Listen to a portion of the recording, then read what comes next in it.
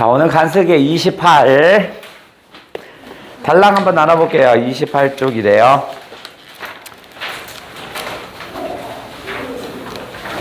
맞네.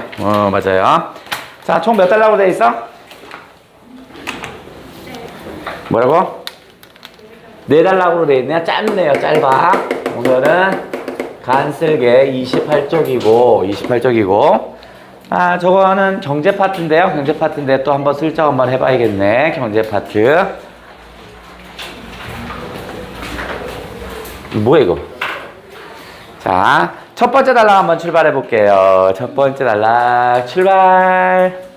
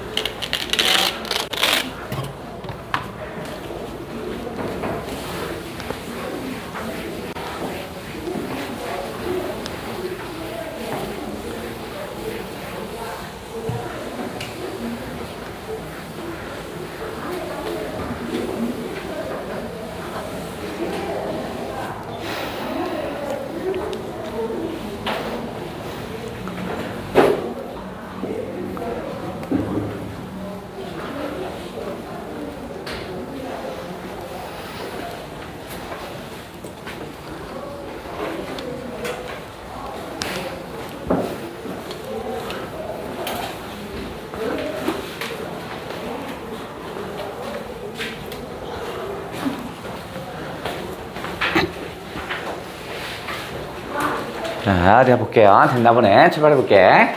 주어 서술어 찾아가면서 해볼게요. 중앙은행은 경기 회복을 위도하기 위해 했습니다. 고호, 이거 하나. 공식이 나왔네.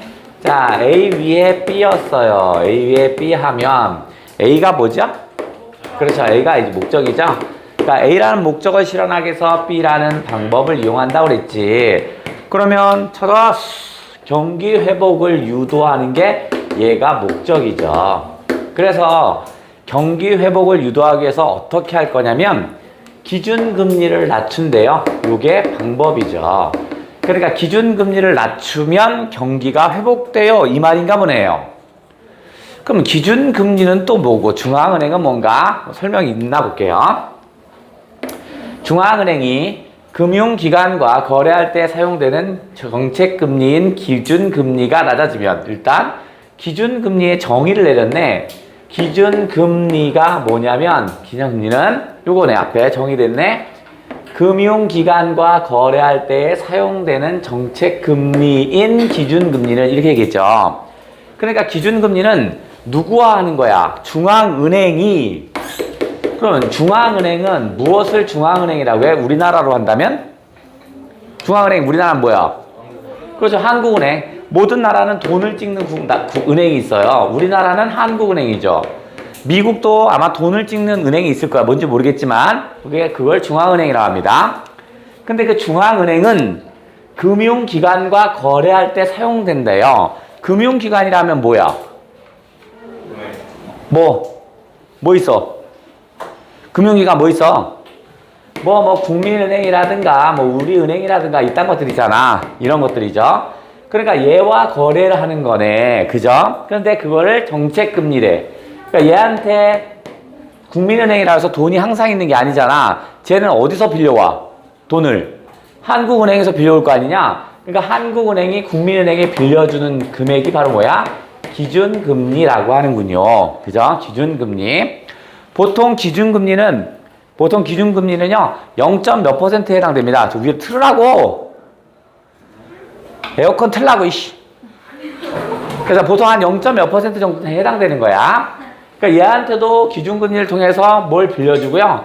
또 이 은행이 있다면 얘한테도 기준금리로 뭘 빌려주고, 또 이 은행이 있다면 얘한테 하는 거야. 그럼 여기서 퀴즈. 여러분의 아버님은 중앙은행과 거래를 할까 안 할까? 안 해요. 못 해요. 그죠? 왜냐면 기준 금융기관과 거래하는 게 기준금리니까. 그죠? 무슨 말 알겠죠? 그러니까 중앙은행이 국민은행한테 빌려주면 철수가 돈을 빌려야 돼. 그럼 어떻게 해서? 국민은행에서 빌리냐? 중앙은행에서 빌리냐? 국민은행에서 빌리겠죠. 그럼 얘는 얘한테 어떻게 줄까요? 대출할 때 어떻게 했어? 얘도 먹고 살아야 하잖아. 그러니까 자기가 빌린 기준금리를 여기에 플러스 지가 먹고 살 것을 하겠죠. 그죠? 그러니까 여기다 알파를 붙여서 철수한테 팔겠지. 대출해주겠지. 만약에 계산하기 좋게 기준금리를 한 5%라고 해볼게요. 그런 거 없어. 한 0. 몇 프로야? 5%라 하면 국민은행이 지도 먹고 사장도 먹고 그 다음에 직원들도 먹어야 하는데요. 그래서 몇 프로? 몇 프로? 얘도 한 5%라고 칠게. 그러면 철수는 몇 프로를 빌리는 거야? 10%. 그렇죠. 얘는 바로 뭐냐면 10%의 이자로 돈을 빌려 쓰는 겁니다. 됐죠? 자, 그러면 기준금리, 경기 회복을 위해서 기준금리를 낮출 수 있대요. 그럼 기준금리 낮추라는 건 이걸 뭐로 바꾸라는 거야? 얘를 1%로 하는 거야. 그러면 몇 퍼센트의 이자를 빌릴 수 있어? 6%로 빌릴 수 있는 거지. 무슨 말인지 알겠죠? 그죠? 6%로 빌리네. 그러면 예를 들어서 내가 10% 너무 비싸서 못 빌렸다면 6%? 빌릴만한데 이럴 수 있다라는 거야. 무슨 말인지 알겠죠? 그죠? 그러면 어떻게 써? 사람들이 뭐 투자를 하고 돈을 쓰고 막 할 거 아니냐? 그죠? 그러다 보면 경기가 회복된대요. 다시 기준금리가 낮아진다면 그럼 물결이죠. 가정이나 전제사항은 우리가 물결을 치죠. 가정이나 전제사항이 나온다는 건 뒤에 정보를 주겠다는 신호입니다. 기준금리가 낮아지면 기간 1년 이하 만기의 단기금리는 이것은 뭐냐면 요거 기준금리겠죠. 기준금리에 연동하여 즉시 낮아진대요. 낮아지고 하면 될 걸. 이 자식이 뭐라고 했어? 즉시라고 했죠. 그럼 눈여겨봐야겠네. 이건 굳이 없어도 되는 거잖아. 단기금리는 이에 연동하여 낮아지고 하면 될 걸. 즉시란 말을 썼다는 건 이게 꼭 필요하니까 든 거 아니야. 그죠? 주의하시고. 예금금리나 대출금리 등의 장기금리는 장기금리라고 했으니까 차이가 좀 드러나네. 일단 얘를 이렇게 읽고 얘를 이렇게 읽어주면 되겠죠. 그러니까 단기금리는 어떻게 써? 즉시 낮아진다가 정보죠. 또 짝을 찾아볼게요. 점차 낮아지는구나. 그러니까 즉시와 점차가 서로 짝이구나. 그냥 다음 일반적으로 이것도 우리 체크해야 되죠. 자, 일반적으로 이런 거 유의하시라고 그랬죠. 일반적으로 나오면 무슨 말이지? 자, 글 속에서 일반적으로 어쩌고저쩌고 막 정보가 나와요. 그 얘기는 어딘가에는 뭐가 있지? 그죠? 예외. 즉 일반적이지 않은 거가 있죠? 일반적이지 않은 상황이 어딘가 지금 숨어 있어요. 그러니까 이거 읽을 때 항상 요걸 세모일 거라고 생각하시고 숨은 역삼각형을 찾으려고 생각하셔야 합니다. 시험은 일반적으로 이런 말 나오면 숨은 역삼각형이 시험 문제에 나오는 거야. 됐죠? 어디 보자. 자, 일반적으로 금리가 낮아진다면 금리가 낮아져요. 그러면 싼 이자로 돈을 빌리죠. 그죠? 그 다음에 대무로 했습니다. 그러면 A 임으로 B는 뭐지? A 임으로 B래요. 그럼 얘가 뭔데? 얘가 원인이고 얘가 결과잖아. 그죠?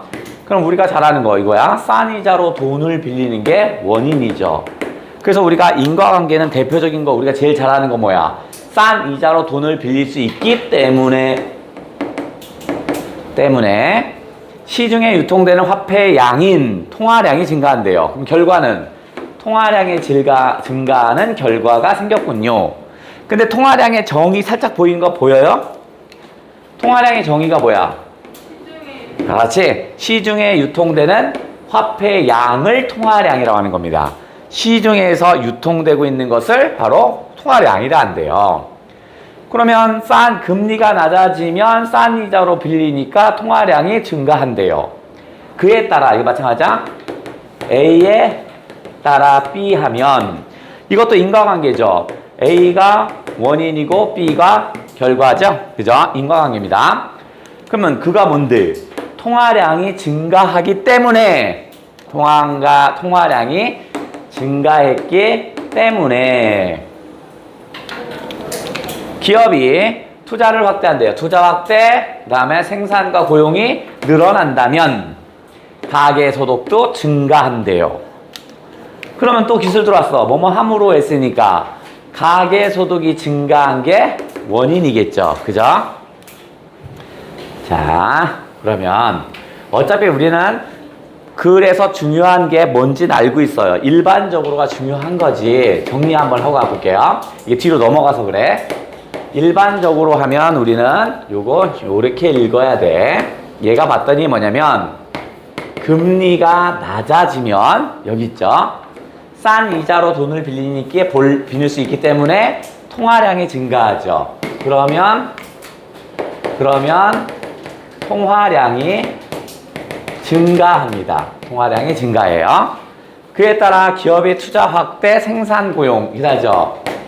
기업 투자가 어떻게 해서 증가한대요. 그러면 어떻게 해요? 기업이 증가하면 고용이 많아지겠지. 그러니까 뭐야? 가계소득도 커졌대요. 높아진대. 증가한대요. 그렇기 때문에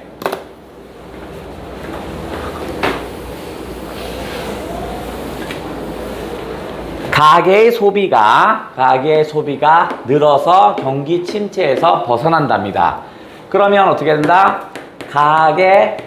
돈을 많이 벌었으니까 소비도 많아지죠. 그럼 결론은 어떻게 써? 경기 침체가 어떻게 써요? 해소돼가지고 벗어난대요. 그럼 여기까지 딱 읽고 저 벗어나는 어떻게 써? 어휘 문제죠. 바로 풀러갈 수 있죠. 38 풀어버려.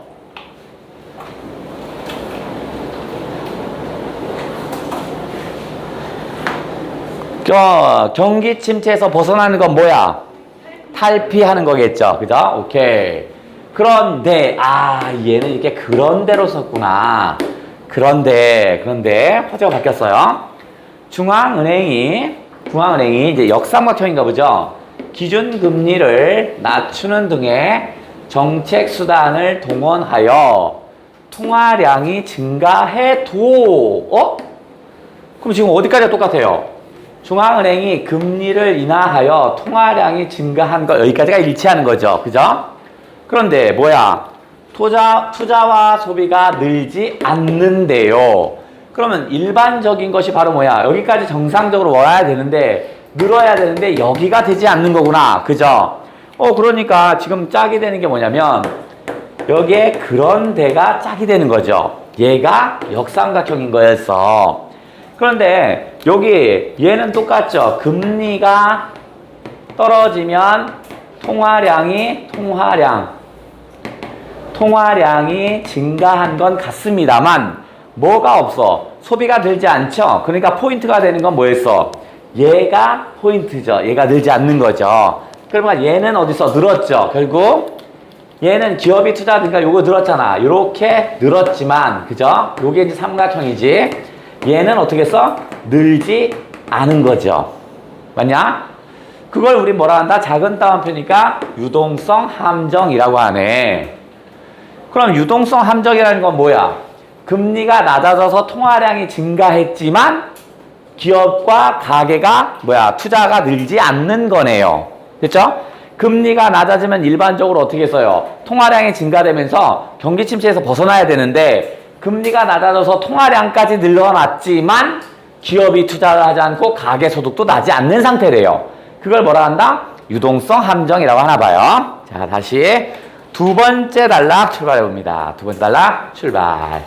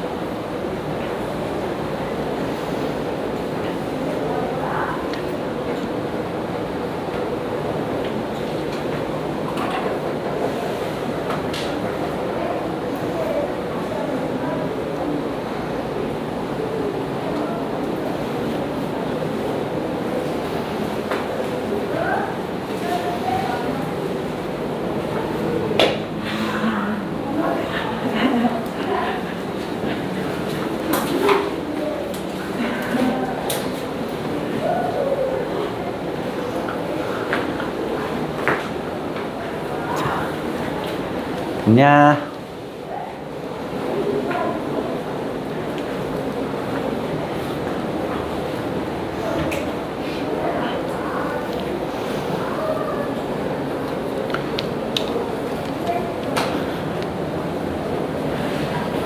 새끼 어느 편지 쓰고 있는 거야 지금?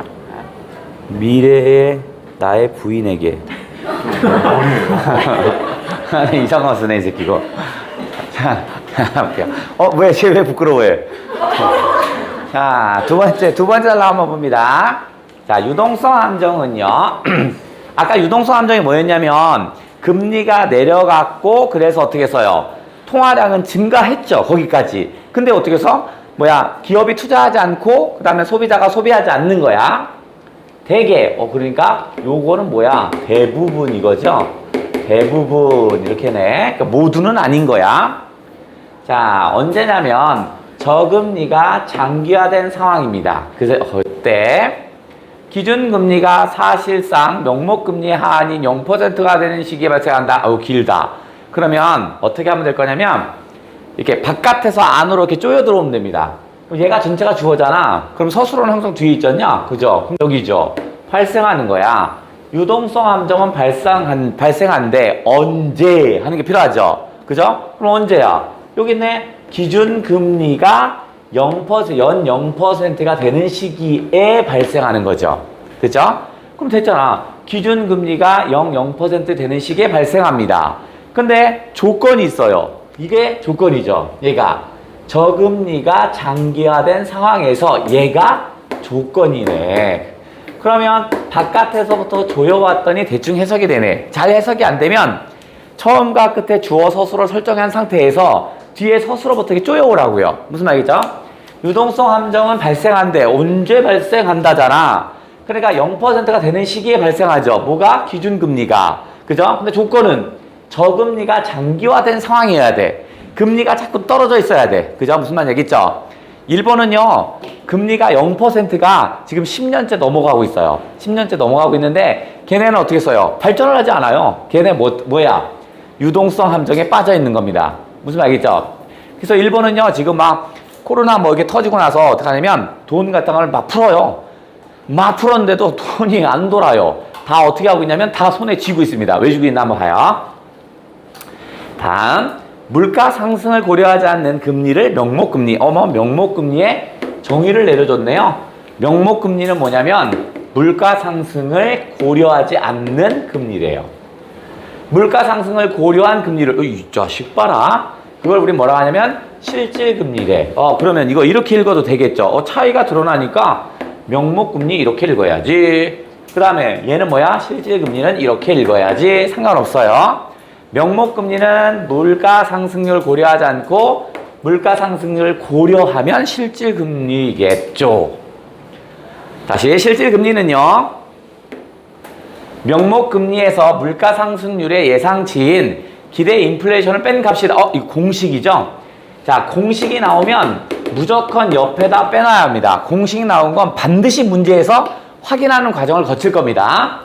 그러면 빼놔 옆에다. 실질금리라 함은 이거 뭐냐면 명목금리에서죠.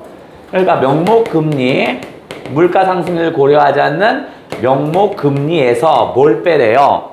물가 상승률의 예상치인 이거죠. 그러니까 물가 상승률의 예상치인 기대 인플레이션율이죠. 그러니까 여기에 뭘 빼냐면 빼기 기대 인플레이션율을 뺀대요. 그게 실질금리래요. 즉 같다는 얘기죠. 명목금리가 사례를 들어주네요. 명목금리가 만약에 4%라면 명목금리가 4%면 여기가 지금 4지. 요게 4라면 그 다음에 1년 후 물가가 2% 상승할 거 예상됐대요. 1년 후 물가가 상승할 것으로 예상되는 거 이걸 뭐라고 그래요? 기대 인플레이션율이라고 하죠. 그죠? 그러니까 얘가 2%죠. 요게 2%죠. 그러니까 4 빼기 2는 얼마야? 실질금리는 2% 이렇게 되나 봐요.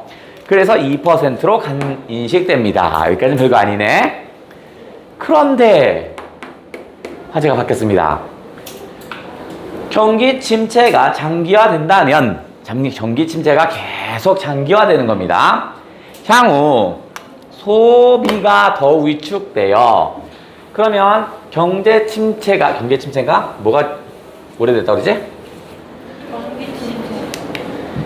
경기 침체가 장기화됐으면 소비가 더 위축된답니다. 그죠? 왜냐면 자꾸 아버지가 돈벌이가 시원찮은 거야. 그래서 100원 벌다가 80원 벌어와요. 그럼 어떻게 했어? 엄마가 더 쓰지 않겠죠. 그죠? 잘 안 쓰겠죠. 그러니까 소비가 위축되죠.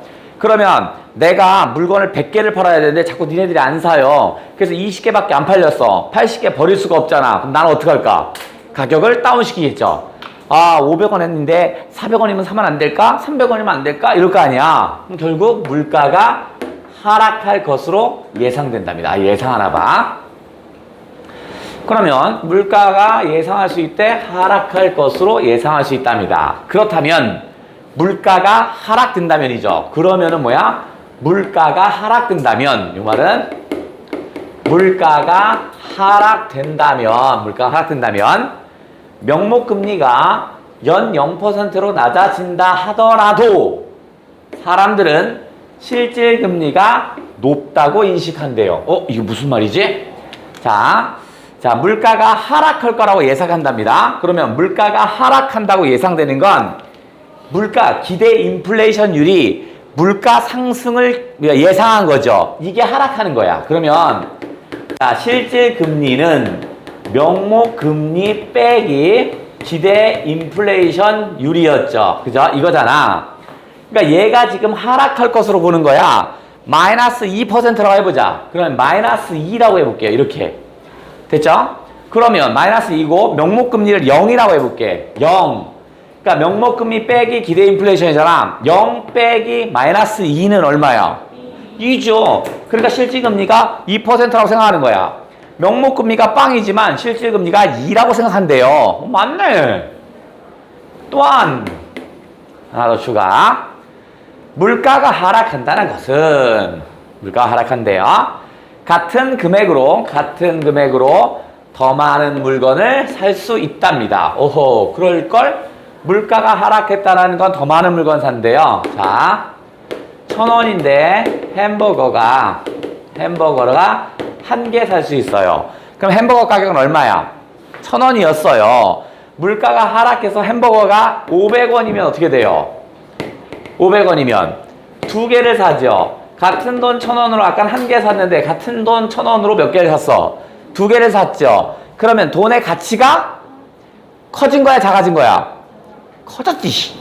햄버거를 하나, 내가 1,000원 주면 햄버거를 하나를 줬는데 갑자기 1,000원 줬더니 햄버거를 두 개 준대요. 그럼 돈의 가치를 더 크게 본 거죠. 됐냐? 그럼 만약에 햄버거를 하나를 줘서 내가 1,000원을 줬더니 어제까지는 줬는데 1,000원을 줬더니 이 새끼가 햄버거를 반을 잘라줬어요. 그럼 돈의 가치는 하락한 겁니다. 그죠? 그러니까 뭐야? 그러면 햄버거 하나를 먹으려면 얼마 주라는 얘기야? 2,000원을 주라는 거죠. 그래서 자, 햄버거 1,000원을 햄버거 하나로 바꿨는데 1,000원에 햄버거를 두 개를 줬어요. 그러면 돈의 가치는 커진 거죠. 1,000원 가지고 햄버거를 하나 더 살 수 있으니까. 그러니까 얘가 봐라. 자, 이미 함부로 했죠? 앞에 원인이죠. 물건을 더 살 수 있다는 것은 바로 뭐야? 화폐 가치가 상승한 겁니다. 물건을 더 살 수 있다는 건 물가가 하락한 거거든요. 자, 물가가 하락했다는 말은 물건을 더 살 수 있어. 더 살 수 있다는 표현이래. 듣냐? 이 말은 돈의 가치가 어떻게 된다? 나의 돈의 가치가 커졌다라는 표현입니다. 이 말이야. 결국 정리해볼게. 기대 인플레이션이 마이너스인 상황에서는 여기 또 수능에 잘 나오는 패턴에서는 자, 요거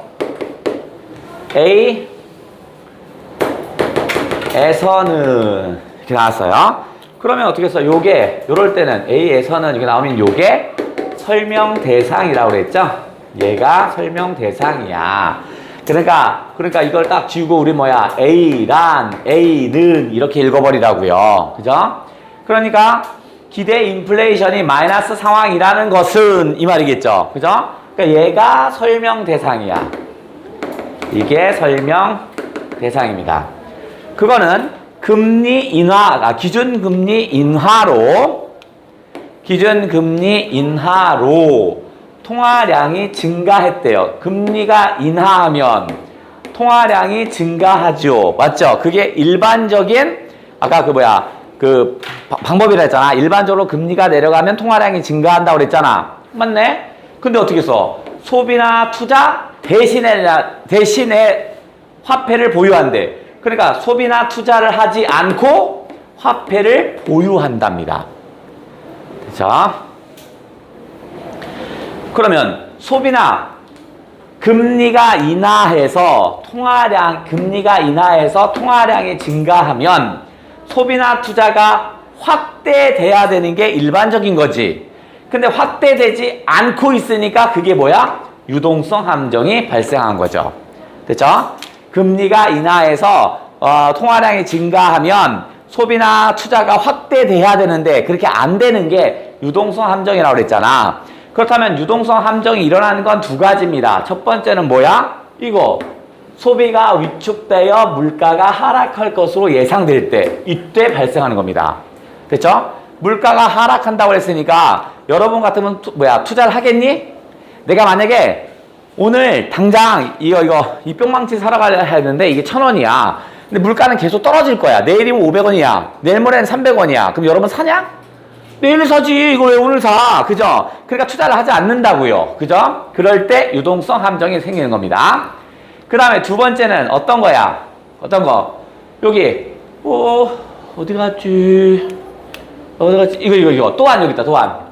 또한 같은 금액으로 물가를 더 많이 살 수 있는 거죠. 즉 화폐 가치가 상승할 때도 가능하군요.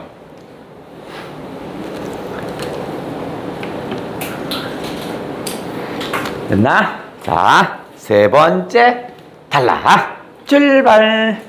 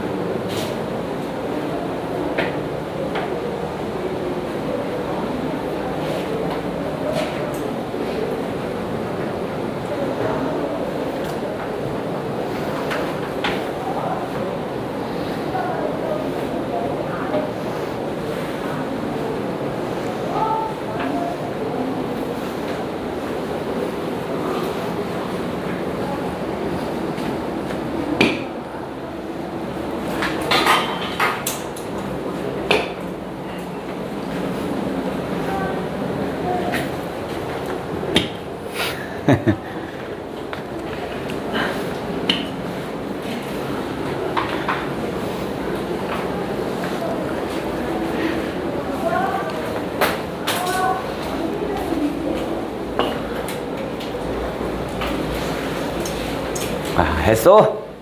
했어? 오케이, 간다. 자, 유동성 함정은, 근데 유동성 함정이 뭐냐, 근데? 금리가 인하해서 통화량이 증가해야 돼, 안 해야 돼? 통화량이 증가했어요. 하지만 기업이 투자하거나 소비가 증가하지 않았죠. 그지 범수야. 그 다음에 유동성 함정은 기준금리를 낮출 때 기대되는 신용 창출이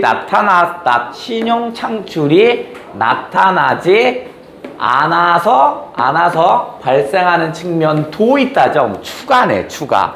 그럼 유동성 함정이 일어날 때는 신용 창출이 되지 않는 것도 있군요. 됐죠? 아, 그래? 그럼 신용 창출이 뭔지 알아야겠다? 시중은행은요, 본래 대출을 통해, 그러면 대출을 통해니까 땅 화살표.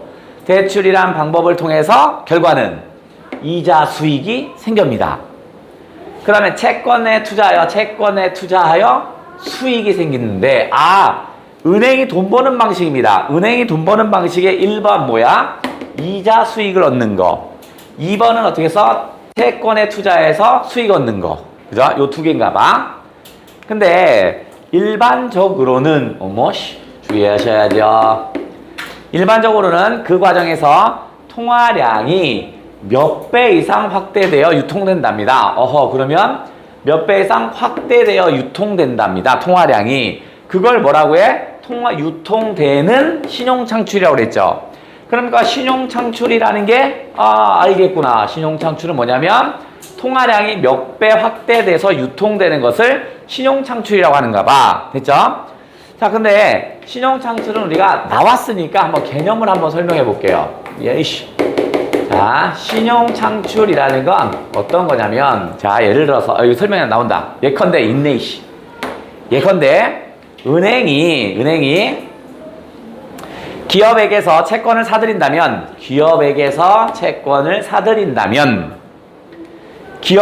기업은 그 매각 자금 중 매각 자금 중 일부를 은행에 예치한답니다. 그러면 은행은 이렇게 예치된 자금 중 일부를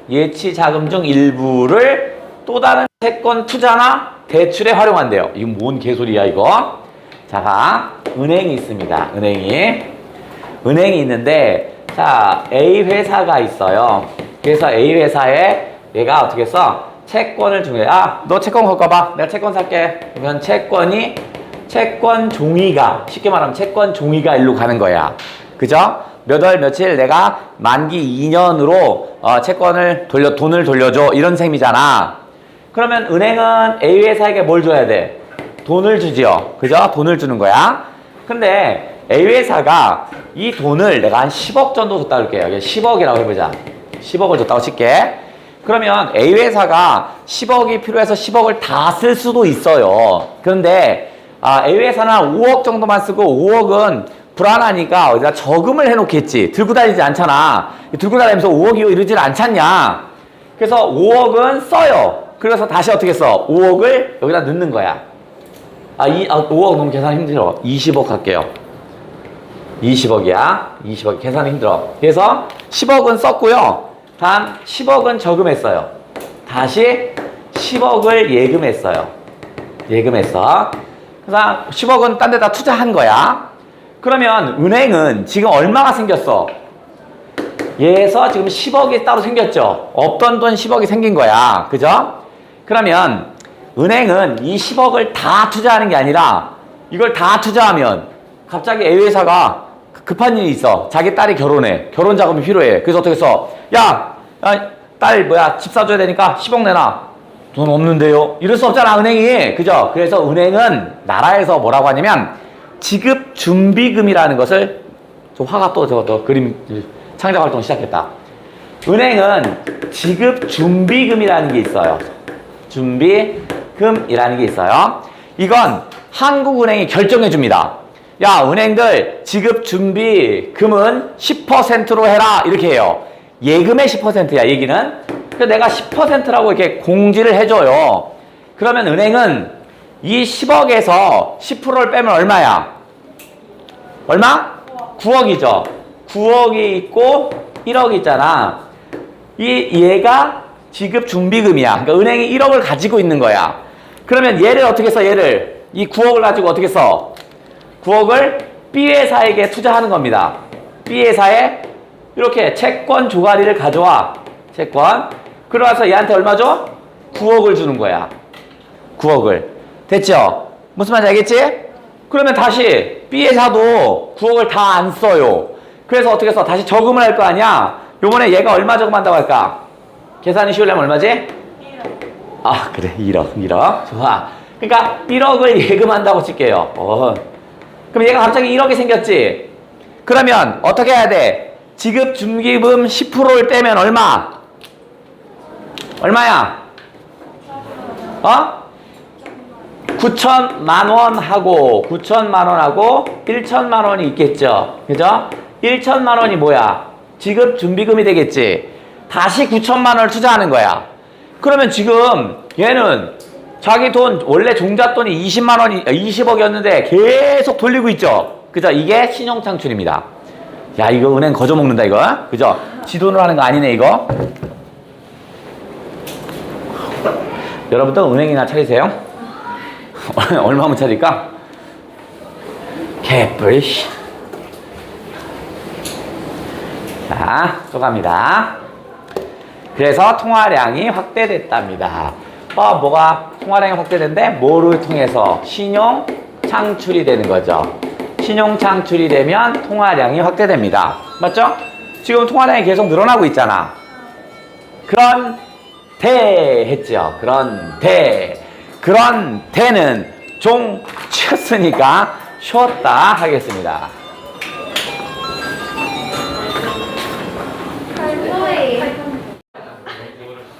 조용히 해, 이씨. 어이씨. 자, 다시.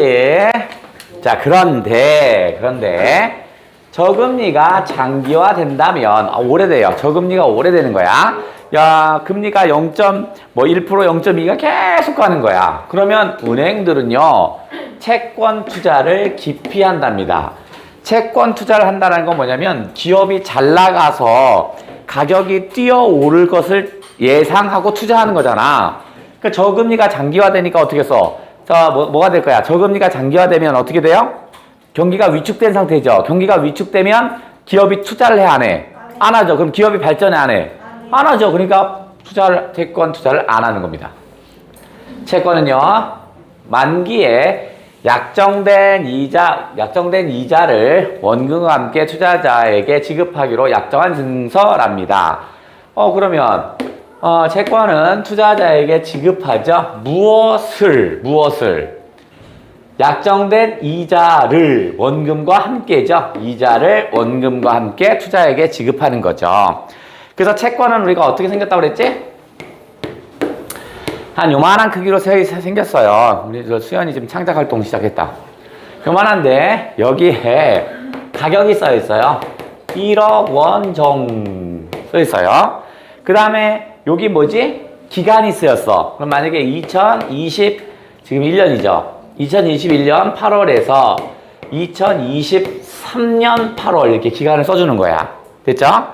그러니까 계약한 거 만기일. 그 다음에 그 밑에 이자를 씁니다. 이자를 계산하기 좋게 10%라고 가볼게요.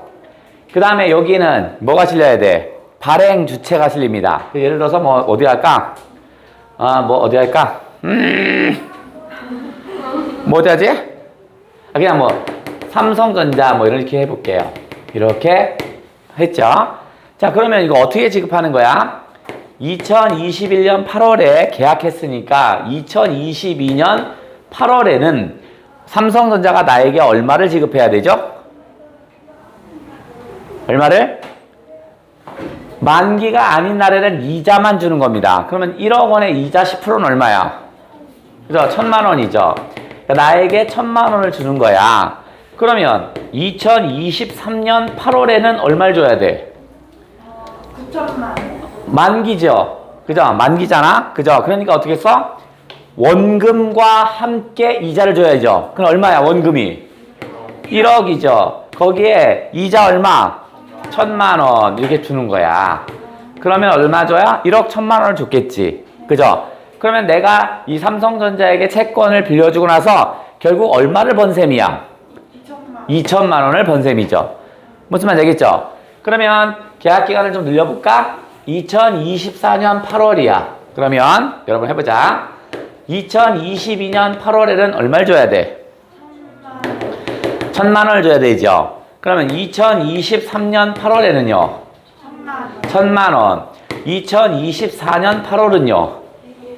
1억 1,000이죠. 이제 할 수 있지? 할 수 있지? 자, 그러면 만기에 약정된 요거 이자를 약정된 이자 요거를 원금과 함께 투자자에게 지급하기로 쓴 약정 증서래요. 채권 가격은요 시중 금리에 반비례한대요. 이렇게 비례 반비례는 항상 시험에 나오는 거죠. 그렇다면 이 말은 채권 가격이 올라가면 시중 금리는 내려가는 겁니다. 됐죠? 그럼 다시 채권 가격이 내려간 상태라면 시중 금리는 올라갔겠죠? 뭐 이런 거야. 그러면 이거를 우리가 현실 속에서 한번 파악해 보자. 시중 금리라는 건 은행이잖아. 자, 은행이 있고요. 그다음에 기업 채권이 있다고 칠게. 자, 기업 채권이 예를 들어서 은행이요. 이자가 한 10%라고 칠게요. 근데 기업 채권은 은행이 이자가 10%면 어떻게 써? 사람들이 돈을 다 여기다 넣죠. 그러니까 얘는 사 안 사? 안 사죠. 그러니까 은행의 이자가 높아지면 이자가 높아지면 채권이 인기가 없으니까 떨어지는 거야. 근데 요즘처럼 은행이 요즘 막 이자가 2% 1%잖아. 1%라고 쳐요. 그러면 은행이 1%면 어떻게 써? 뭐야 이거 넣는 게 별 돈도 안 되네. 그런데 어떻게 써? 채권이 한 3%만 돼도 어떻게 써? 우르르르 몰려가겠지. 그죠? 그러니까 얘가 떨어지면 얘가 인기가 좋아지는 겁니다. 됐죠? 그러면 어느 순간에는 여기 너무 많이 가면 다시 이쪽으로 가겠죠. 그죠? 이런 상태야. 자, 금리가 하락하면 은행 이자가 별로 안 좋아. 그러면 일정 규모의 이자가 보장된 채권의 가치가 올라요.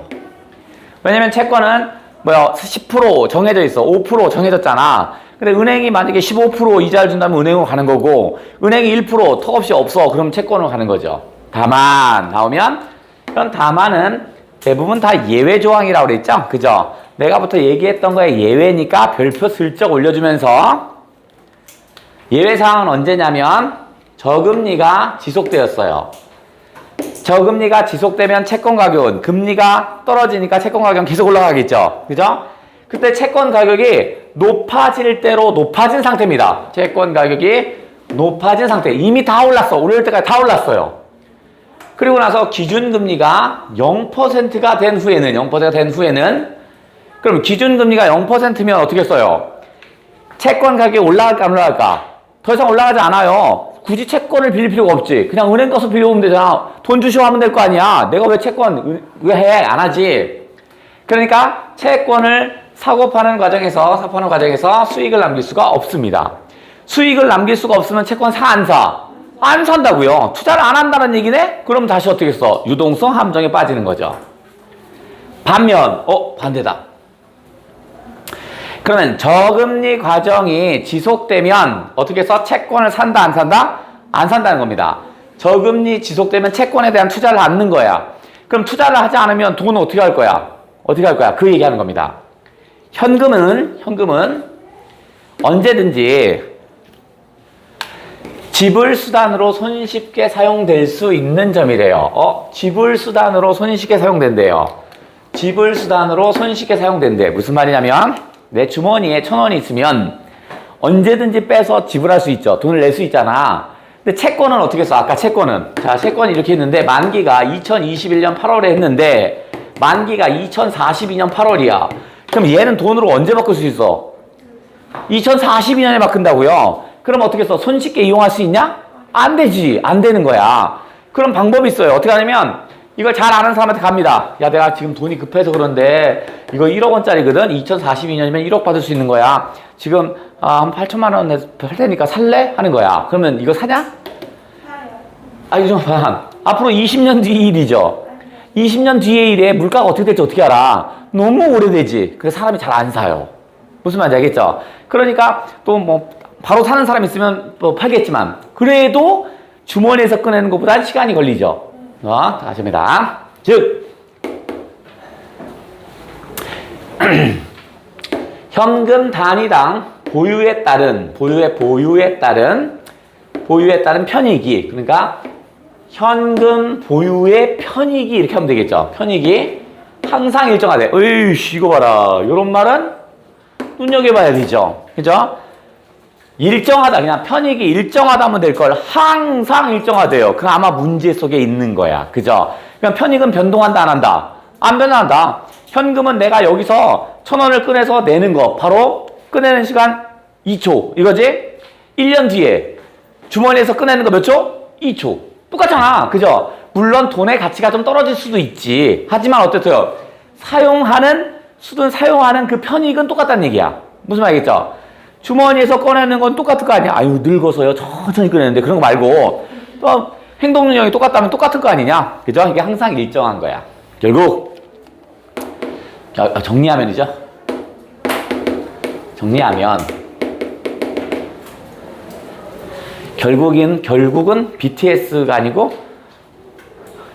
그냥 BT인가? 전국이 짝퉁. 자, 시중은행은 채권을 사기보다는 채권을 사들이는 대신 채권을 안 사고죠. 그죠? 채권에 투자하지 않고 뭐 한다고요? 현금을 보유한답니다. 왜냐면 채권에 넣어서 사용하기가 너무 힘들고 언제 떨어질지 모르잖아. 그러니까 아예 그냥 주머니에 가지고 있다고요. 됐죠? 오케이. 자, 그러면 주머니에 가지고 있다라면 신용창출의 길이 막히는 거죠. 신용창출은 뭐지? 자꾸 은행이 투자를 해야 되죠.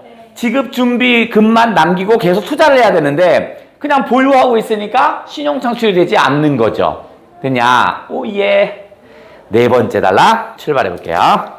네 번째 단락하고 문제 도전하시면 되겠네. 출발!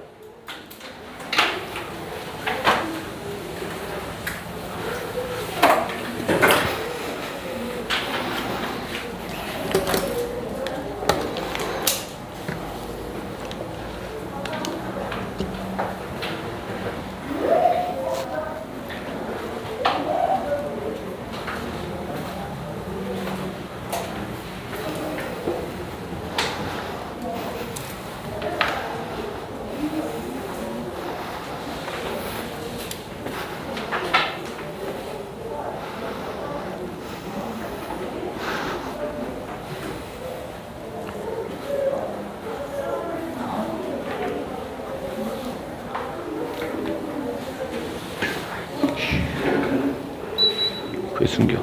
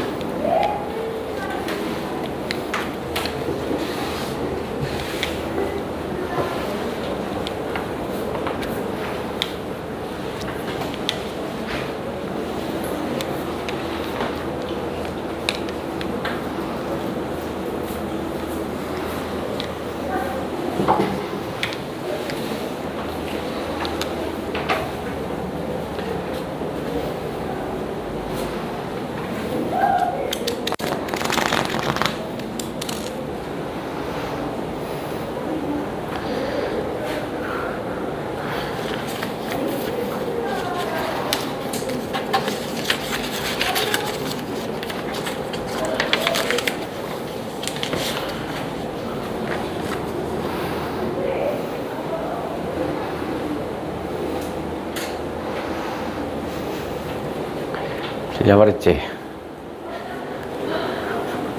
너무 어려워요.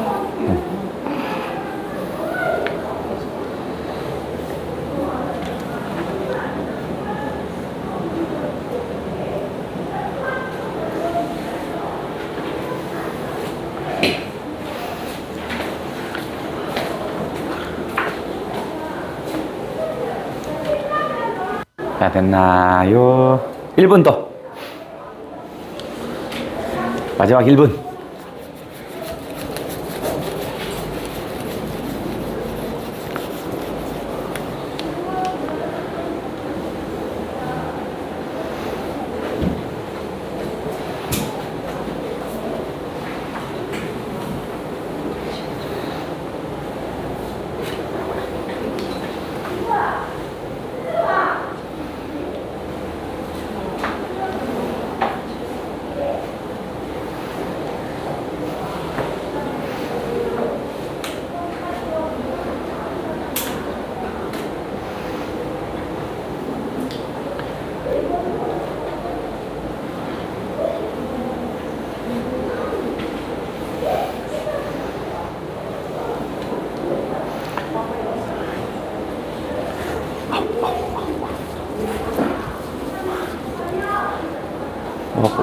뻐근해. 너는 2살 이렇게 놓냐? 무식한 여인. 2살 이렇게 놓는데. 와. 너무 과격한 여인에. 최악 과격한 여인. 이건 이렇게 해드릴게요. 근데요. 뭐, 뽀로로가 아니야, 뽀로로 아니야. 몰라. 근데 요번에 이 간호사는 아무것도 안 넣은 것 같은데? 조금 따끔해요. 나가세요. 그랬거든? 그럼 뭐 쭉 집어넣어야 되는데 안 넣은 거 아니야? 외국은 백신이 없어서 그냥 물 집어넣는데. 식염수 넣는데. 그냥 식염수 넣는데. 마음이라도 안정하라고.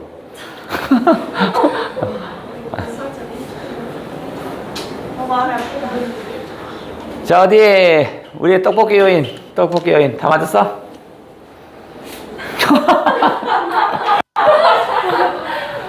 야, 특별하게 지칭하지 않았잖아. 왜? 누군지 어떻게 알아? 떡볶이 요인이 범수인지 누군지 어떻게 알아? 자, 갑니다. 자, 유동성 함정을 극복하기 위한, 이거 봐, 기술 들어왔네. 그러면 유동성 함정을 극복하는 게 목적이죠, 그죠? 그러면 뭐 어떤 방법을 이용할 건데요? 어떤 거? 기준금리를 0%, 연 0% 안으로 낮추는 마이너스 금리 정책이군요, 그죠? 그럼 기준금리를 0 아래로 내리는데 이게 방법입니다. 근데 기준금리를 그만큼 내리는 걸 우리 뭐라고 한다? 마이너스 금리 정책이라고 한답니다. 기준금리를 0% 이하로 내린다고요? 그럼 이거 어떻게 되는 거냐면 아까 공식 기억나요? 실질 금리는 명목금리 빼기 금리 마이너스 어떻게 했어? 기대 인플레이션 어쩌고 이렇게 있었죠? 이거 기억나냐?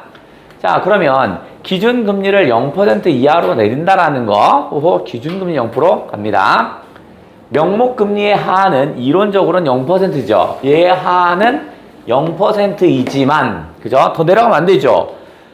자, 금리가 0%가 아니라 마이너스 1%라는 건 무슨 말이지? 돈을 주겠다는 얘기죠. 기다려, 돈 줘야 돼. 돈 받고 가, 일로 와, 돈 받고 가, 이런 거야. 그죠? 그런 게 어떻게 가능해? 그럼 은행은 뭐 먹고 살아? 그러니까, 그렇지만, 실질 금리를 고려하여 더 낮추어 달랍니다. 그러면, 실질 금리를 고려해서 더 낮추라는 건, 아까 어떤 현상이 있었냐면, 명목 금리가 있고요. 기대 인플레이션이 마이너스로 가는 경우에는 어떻게 됐죠? 얘가 0%라고 했잖아. 0%라고 해놓고 얘가 마이너스로 가버리면 어떻게 했어? 마이너스 2% 이렇게 해버리면 어떻게 했어? 실질금리가 2%죠. 즉 명목금리가 0임에도 불구하고 2%가 되잖아. 그러니까 어떻게 해서 기준금리를 마이너스로 내려서 이 값을 뚝 떨어뜨려 버리고 싶은 거야. 무슨 말인지 알겠지? 그죠? 이 정책은 은행이 시중에 돈을 유통하지 않아요. 시중에 돈을 유통하지 않고 중앙은행에 예치하려면, 예를 들어서 중앙은행이 예치하려면 보관료를 내는 것 같대요. 보관료를 내는 것과 같답니다. 무슨 말이냐면 제가 돈 1,000원이 있거든요. 한국은행님 1,000원 맡아주세요. 대신 제가 하루 맡아줄 때마다 100원씩 드릴게요. 이런 거야. 그런 게 어딨어. 말도 안 되는 거죠. 극단적인 처방이지만 그 효과는 통상적인 금리 인하면 어떻게 해서 기준금리가 인하하면 어떻게 해서 투자가 확대되고 소비도 많아지고 뭐 이거 있잖아. 그거와 동일한 과정으로 나타난답니다. 그러니까 마이너스 금리 정책을 쓰면 통상적인 기준금리 인하와 동일하게 된대요. 마이너스가 돼버리면 실질금리가 어떻게 해서 뚝 떨어지죠. 그러니까 이제 사람들이 돈을 쓰기 시작하고 투자하고 한다는 얘기입니다. 다만 은행들이 고객 이탈을 우려해 예금 금리는 가만둡니다. 예금 금리가 가만두는 이유는 뭐냐면 내가 은행에다 저금을 했어요. 근데 이자를 받아야 되는데 자꾸 나한테 뭐라고 해? 돈 이자를 내라고 하는 거야. 그럼 어떡하겠냐? 사람들이 은행에 돈 넣어? 안 하죠. 다 빠져나가겠죠. 그러니까 그 이탈을 우려해 예금 금리는 그냥 놔둔다고요. 마이너스를 주지 않는 거야. 다만 대출 금리만 낮춰요. 그럼 대출 금리를 낮추면 은행이 돈 버는 길은 뭐라고 그랬어? 대출 이자와 그다음에 채권 투자잖아. 그럼 대출 이자가 떨어지니까 은행은 어떻게 해서 돈을 덜 벌 수밖에 없네? 은행의 수익성이 악화돼 버렸군요. 또한 뭐 또 추가하나 봐. 또한 이자로 자금을 대출하여 주택을 구입할 수 있어. 대출 이자가 너무 싸니까 어떻게 해서 딴 데 투자하는 거야. 대출 받아서 집을 사버리는 거야. 그죠? 그럼 부동산 시장이 과열되죠? 그죠? 이자로 이자로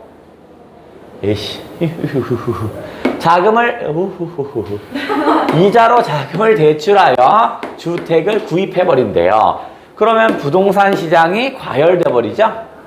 이 경우 어떻게 해서 나중에 금리 인상 시에 나중에 원반화에 떠서 금리 인상이 돼버리면 어떻게 해서 이자 부담이 커지겠죠? 이자가 0%라 해서 빌렸어. 한 10억을 빌렸어요. 근데 갑자기 이자가 10% 이렇게 하면 어떻게 해요? 파산! 이러는 거죠. 자, 이제 문제로 가자. 유후! 가자. 자, 윗글에 대한 이해로 적절치 않은 거래요.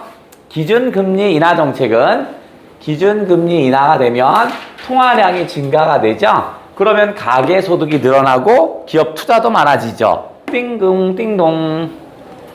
경기 침체가 장기화돼요. 그러면 어떻게 해서 사람들이 물건이 있는데 이게 1,000원이었어. 경기 침체가 장기화되면 이게 떨어질 거잖아. 내일이면 떨어질 것 같거든? 그럼 사냐 안 사냐? 안 사지. 그러니까 점점 위축되겠죠. 그러면 어떻게 해서 나는 조급하겠죠. 야 400원이라도 사. 300원이라도 사. 그럼 뭐야? 물가가 하락하죠. 맞아요. 시중은행에서 예금 금리를 그대로 유지하면서 대출 금리를 낮추면 그러면 대출 금리가 낮아지면 돈 버는 길이 적어지죠. 그러니까 수익성이 악화된다? 오케이. 답은 어디 갔어 이거? 채권 가격은 금리에 반비례하므로 그러니까 좋습니다. 채권 가격이 높으면 금리는 떨어지고 그죠? 오케이. 만기에 지급하기로 약정된 이자가 작아요. 이자가 작으면 사람들이 인기가 있냐 인기가 없냐? 인기가 없겠죠. 이자가 커야 사람들이 막 사고 싶겠죠. 막 사고 싶으면 가격이 올라가겠죠. 그죠? 틀렸네? 다음. 기대 인플레이션율이 마이너스인 상황에서는 그럼 마이너스네. 이론적인 명목 금리의 하한 이하로 기준금리를 떨어뜨릴 수 있죠. 예를 들어서 뭐냐면 아까 공식을 이용한 거잖아. 실질 금리는 명목 금리 빼기 인플레이션 이거잖아. 근데 얘가 인플레이션 이건데 얘가 마이너스 2%야. 그럼 어떻게 했어? 얘를 이론적인 명목 금리 0%보다 더 떨어뜨려야 되죠. 0%로 하면 2%가 되니까 얘를 마이너스 2로 해버려야 그나마 0이지. 그죠? 띵동.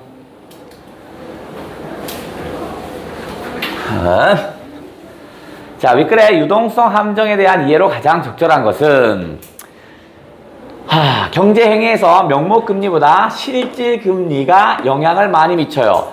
명목금리를 낮춰도 인플레이션이 마이너스라고 되면 어떻게 써? 아까 했잖아. 자, 자꾸 공식 이용하는 거잖아. 실질금리죠. 실질금리가 있고 명목금리가 있고 기대 인플레이션이 있잖아. 얘를 낮춰도 어떻게 써? 얘가 마이너스라면 마이너스 3%야. 그러면 요 빼면 플러스 3이 되잖아. 그러니까 사람들 뭐에 더 신경 써? 얘보다 얘에 더 신경 쓰는 거야. 띵동. 자, 중앙은행이 기준금리 인상을 통한 통화량 증가 정책을 장기간 시행하겠어. 아니야. 유동성 함정은 금리가 인하되어 통화량이 증가했는데 여기서 출발하죠. 그러니까 어떻게 써? 인상이 아니죠. 인하죠. 채권 투자를 통해 수익을 올리던 시중은행의 입장에서 채권의 수익률을 높여준다? 유동성 함정이 되면 투자를 하지 않지요. 그죠? 그러니까 수익률이 높아질 수가 없어요. 투자를 아예 안 해요. 채권 안 사! 다음. 은행에서 대출에 간 자금 중 일부가 다시 은행에 예치되면서 통화량이 몇 배 이상 늘어남에 따라 발생한다고요? 은행에 예치되면서 통화량이 몇 배 늘어나는 건 뭐지? 은행에 예치되면서 통화량이 몇 배 이상 늘어나는 건 이거 지금 뭐 얘기야? 신용 창출에 대한 얘기죠? 그죠? 신용 창출에 대한 얘기지 유동성 함정에 대한 얘기가 아니네. 유동성 함정은 통화량이 늘어나지 않아요. 아니, 통화량이 늘어났는데 투자하지 않죠. 그 얘기인데 이건 신용 창출 얘기잖아. 같은 금액으로 살 수 있는 물건의 양이 줄어드는 게 아니라 뭐죠? 양이 뭐죠? 늘어나야 되지. 그죠? 다음 기업과 기억이 뭐지? 기억이 마이너스 금리 정책. 니은이 통상적 금리 정책인가? 기준. 기억과 니은. 기억은 니은이 정상 작동하지 않는 상황 맞죠? 얘가 정상적이 되지 않아. 그러니까 마이너스 금리 정책을 통해서 유동성 함정을 극복하려는 거죠. 오케이. 기업과 니은은 모두 가계의 대출과 소비를 늘린다. 통상적 기준금리 인하 정책은 당연히 늘어나죠. 마이너스 금리 정책도 기준 소비하지 않고 투자하지 않는 걸 투자하게끔 만드는 거니까 오케이죠. 기업과 니은은 모두 기준금리 인하를 맞죠? 둘 다 기준금리를 인하시키는 거죠. 기업과 달리 니은은 기준금리를 0% 이상으로 책정한다. 맞죠? 기준금리 얘는 0% 이상이죠. 얘는 0% 이하로 떨어져야 되고요. 그 다음 니은과 달리 기억이 뭐지? 마이너스 기준금리를 실질금리보다 높게 책정한다고요? 아니죠. 기준금리를 어떻게 알아 했어? 뚝 떨어뜨리라고 그랬죠. 그죠? 땡. 다음 이건 뭐야? 복잡. 자, 윗글을 바탕으로 적절한 거. 가상의 국가에서 중앙은행은 저금리 정책을 유지해오다가 2015년 1월에 기준금리가 0%래요. 이때 기준금리가 0%입니다. 그러니까 그 위에 2008년, 2000년 이때부터 어떻게 하는 거냐면 5, 4, 3, 2, 1 계속 떨어지고 있었던 거야. 그죠? 계속 떨어지다가 이제 0%까지 온 거야. 그에 따라 시중은행 X도 곧바로 대출금리 0.5. 아하. X은행은 대출금리가 얼마? 0.5%네. 그죠? 기준금리가 0%니까 얘놈은 0.5%를 먹으려는 거야. 맞지? 자, X는 중앙은행이 기준금리를 올리지 않는 한 당분간 채권 투자, 이거라? 당분간 채권 투자를 하지 않겠대. 그 말은 무슨 상태죠? 채권 투자를 하지 않는 건 내가 돈을 가지고 있겠다는 얘기죠. 기업이 어떻게 써요? 튼튼하지 않으니까 투자하지 않겠다는 얘기잖아. 그러니까 유동성 함정이 나왔다는 얘기네. 그죠? 2015년 3월에는 자, 이제 3월에는 기준금리를 마이너스 0.5%래요. 그럼 마이너스 금리 정책을 했죠. 그러면 얘가 지금 뭐 하고 싶은 거야? 유동성 함정을 탈피하고 싶은 거지. 그죠? 벗어나려고 마이너스 정책을 썼네. 그랬더니 그에 따라 X는요. 곧바로 대출금리를 0.2로 낮췄답니다. 얘도 0.2%로 낮췄답니다. 같은 달 Y는 소매업 창업을 위해 X로부터 3억 원을 2년 만기로 대출받았습니다. 아하.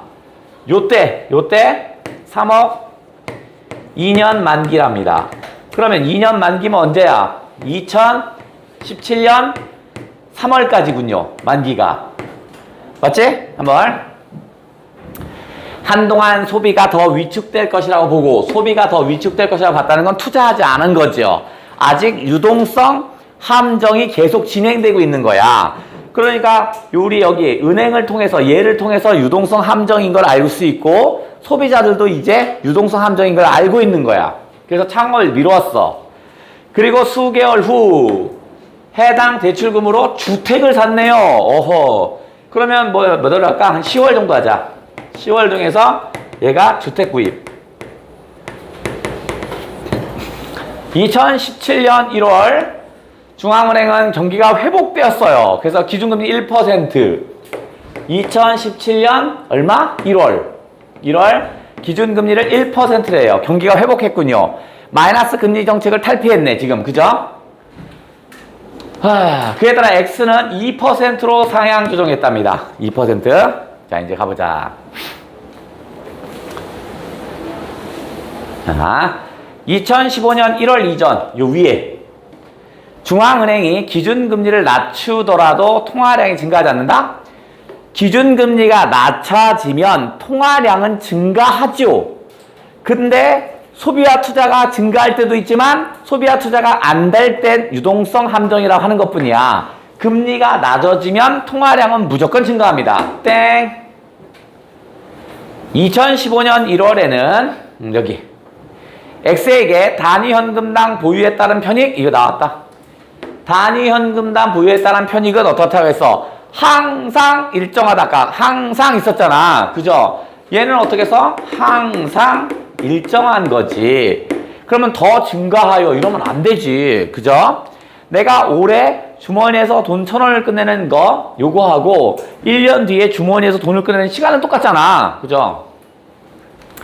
2015년 3월 여기 중앙은행이 기준금리를 더 낮춘 것은 시중은행에서 이루어지는 신용창출이 통화량 확대로 이어지 이거 이상하다. 이런 이유는 신용창출이 되고 있지 않다고 판단한 거지. 그죠? 그러니까 얘는 신용창출이 통화량 확대로 이어지지 않았다가 아니야. 이 말은 신용창출이 됐다는 얘기지. 그잖아. 그냥 틀렸어 이미. 신용창출이 되지 않으니까 마이너스 정책을 쓴 거야. 무슨 말이겠죠? 그리고 이 말도 틀렸어. 신용창출이 통화량의 확대로 이어지죠. 신용창출을 하면 무조건 통화가 확대됩니다. 그죠? 이 말도 아예 틀려버렸습니다. 다 틀렸어. 다음. 자, 2015년 3월 Y는 여기 있다. Y 여기. 자신이 인식하는 실질금리가 명목금리보다 크니까 창업을 미룬 거죠. 그죠? 오케이? 다음 2017년 1월입니다. 중앙은행의 단행한 기준금리 인상 조치로 인해 2015년 3월에 대출금에 대한 Y의 이자 부담? Y는요. 이자 부담을 어떻게 내죠? 이미 주택을 해서 계약을 맺었죠. 3억이었고 2년 만기라고 하고 그 다음에 0.2%로 계약을 한 거야. 그러니까 2년 동안은 어떻게 해서 이 계약대로 가는 거지. 그죠? 그러면 계약이 언제였어? 2015년 3월이니까 2017년 3월까지잖아. 그럼 2011년 1월은 전혀 개의치 않는 거죠. 그죠? 그러니까 어떻게 줄어드는 게 아니라 어떻게 써? 같다죠? 변함이 없습니다. 딩동댕.